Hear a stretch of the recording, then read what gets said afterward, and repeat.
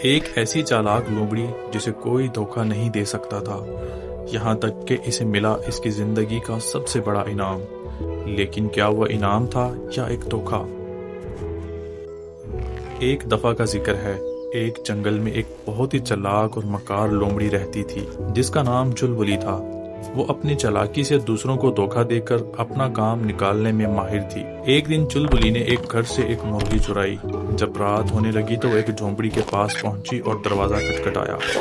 اندر ایک بزرگ جوڑا رہتا تھا۔ چلبلی نے ان سے رات گزارنے کی اجازت مانگی۔ انہوں نے اسے اجازت دے دی اور کہا کہ اپنی مرغی کو چولہے کے نیچے چھپا دو۔ آدھی رات کو جب سب سو رہے تھے، چلبلی نے چپکے سے مرغی کو کھا لیا اور اس کے پروں کو چھپا دیا۔ صبح اٹھ کر اس نے رونا دھونا شروع کر دیا۔ ہائے میری مرغی کہاں ہے، میری مرغی کہاں گئی؟ تم لوگوں نے میری مرغی چرا لی۔ بزرگ جوڑے کو لگا کہ شاید ان سے کوئی غلطی ہو گئی ہے۔ انہوں نے اپنی غلطی کا ازالہ کرنے کے لیے چلبلی کو ایک بطخ دے دی۔ چلبلی بطخ لے کر خوشی خوشی آگے بڑھی۔ جب رات ہوئی تو وہ ایک اور جھونپڑی پر پہنچی اور رات گزارنے کی اجازت مانگی۔ گھر والوں نے کہا کہ اپنی بطخ کو ہنس کے پنجرے میں رکھ دو۔ رات کو چلبلی نے بطخ کو بھی کھا لیا اور اس کے پروں کو کچرے میں چھپا دیا۔ صبح اٹھ کر اس نے پھر وہی رونا دھونا شروع کر دیا کہ اس کی بطخ گم ہو گئی ہے۔ گھر کے مالک نے افسوس کا اظہار کیا اور اسے اپنی غلطی مانتے ہوئے بطخ کے بدلے اپنا خوبصورت میمنہ دے دیا۔ چلبلی اب میمنے کے ساتھ سفر کرنے لگی۔ رات ہونے پر وہ ایک اور کسان کے گھر پہنچی اور رات رہنے کی درخواست کی۔ کسان نے اسے اجازت دی اور کہا کہ اپنے میمنے کو بھیڑوں کے باڑے میں چھوڑ دو۔ رات کو جب چلبلی کو بھوک لگی تو اس نے میمنے کو بھی کھا لیا۔ صبح اٹھ کر اس نے پھر وہی ڈرامہ شروع کر دیا۔ کسان نے سوچا کہ شاید اس کے باڑے سے اس کا میمنہ کہیں بھاگ گیا ہے، اس لیے اس نے چلبلی کو تحفے کے طور پر ایک خوبصورت بھیڑ کا بچہ دے دیا۔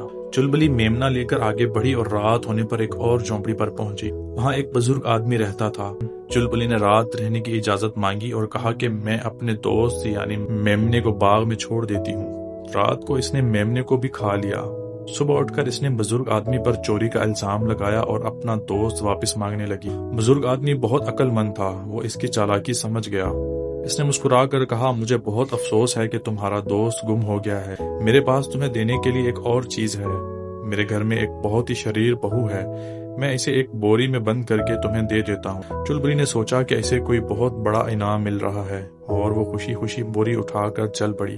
جیسے ہی وہ تھوڑا آگے گئی، اس نے بوری کھولی تاکہ دیکھے اندر کیا ہے، مگر بوری کے اندر سے بہو کی بجائے ایک بہت ہی خونخوار شکاری کتا نکلا۔ اس نے نکلتے ہی چلبلی پر حملہ کر دیا اور اسے مار ڈالا۔ دھوکہ دہی اور مکاری کا انجام ہمیشہ برا ہوتا ہے۔